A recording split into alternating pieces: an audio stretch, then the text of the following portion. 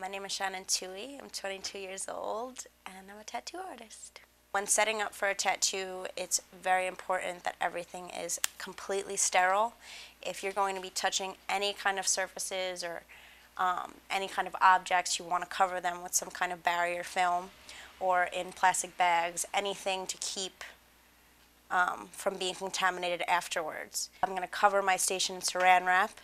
Then I'm going to put a barrier film on top of that. I'm going to cover everything, my green soap. Clip cord, my clip cord needs to be covered. When you are going to get tattooed, it is very important that you watch your artist take his tubes and needles out of the sterilization packs. If you don't see that, ask him to use a new needle, just because you're not positive if people are sterilizing or reusing their needles, which is absolutely terrible. As you can see, all of this setup that just took me, well, we'll say 5 minutes, 5 whole minutes. A lot goes into it that you might not realize.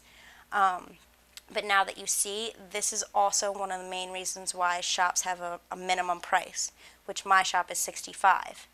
A lot of shops have a different minimum price. It can be anywhere from, I'd say, $50 to $100. So even if you're coming in and you're getting a star the size of, I don't know, a penny, it's gonna be, say at my shop, $65 because of this entire process and all the supplies put into it.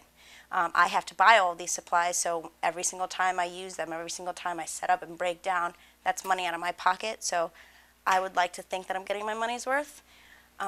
So yeah, and another pointer there, good tattoos aren't cheap and cheap tattoos aren't good. So remember that when you're searching for an artist. Say you come in with a group of people, 4 or 5 people, and you all want to get this really tiny tattoo and you think it's going to take like 5 minutes each time. It doesn't, because I have to do this setup and I have to break down every single time. I have to wipe my station, sterilize everything before I start my next tattoo. I don't care if you're boyfriend and girlfriend or if you're sister and brother and you know you don't have diseases. I'm doing this. I'm not being responsible for transmitting diseases. So it's kind of a pain in the butt, but it's safe for you guys, you know, and for me. It's protecting all of us. When you come into a tattoo shop, they're going to ask you for your ID and to make a copy of it and have you fill out a release form. It's very important that you read the release form. A lot of people just sign it and they don't even read it. They don't even get into what it's about. Very important you read it, not just sign it. The reason we ask for ID is obviously if you're under 18, we're not going to tattoo you. I won't tattoo anyone under 18 because you're 18 years old. You have your entire life ahead of you. You're a baby. Let yourself grow. Let your mind change. And trust me, it will change. So what I wanted when I was 18 is not what I want now. What a lot of people want when they're 18 is not what they're going to want later on. Tattoos have become a form of expression. I think it's appreciated more as an art form rather than just like somebody rebelling against society. It's becoming a lot more acceptable in our society. So I think it gives people a chance to express themselves or to kind of show themselves off in a different light. I'll start with my first tattoo that I got when I turned 18. See, I waited. I'm the tattoo artist who started tattooing when they were 10. I don't know if you're familiar with Donnie Darko, but I got a little Frank the Rabbit on the back of my neck. It was done by Frank Orzano, who's a good family friend of mine. I just thought it was kind of cool. I got Frank by a Frank. And I guess to me, Frank symbolizes everything happens for a reason. So instead of just getting that written out, I kind of got the bunny to symbolize it. And I guess my favorite tattoo would be my chest, which it's just a bunch of roses to anybody else. But to me, each rose represents somebody who's mothered me in my life, which the center one would be my grandmother, who without her, obviously I would not be here, or none of the people who mothered me would be here.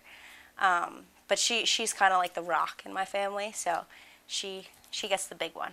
I've tattooed myself, I think, far too many times, maybe just out of boredom or just because I think I know what I want. I did a tree on my leg, which I think is actually my favorite tattoo. I think I get the most compliments on that one, and it's a great memory. a girl's face on the inside of my leg, but that was really just out of boredom. And I have my Om and my Lotus over here, which obviously have their own meanings to them, and which is very important to me in my life. I have it more because my old business card was a picture of me actually tattooing myself. So I wasn't going to do it at first, but then I thought if people saw the business card and then they wanted to see it, how the tattoo came out, I'd kind of have to have it there. So I went ahead and tattooed myself. And I have my little monk here on a lotus, which it's all going to tie into a sleeve later on, and spirituality and all that good stuff. But he's another favorite. I like them all. All of my tattoos, which I hope will continue to always mean something. And I think that's more of what it's about nowadays. People are always trying to kind of, it's like almost marking yourself with a memory. Something that really meant something important to you, now you want to document it.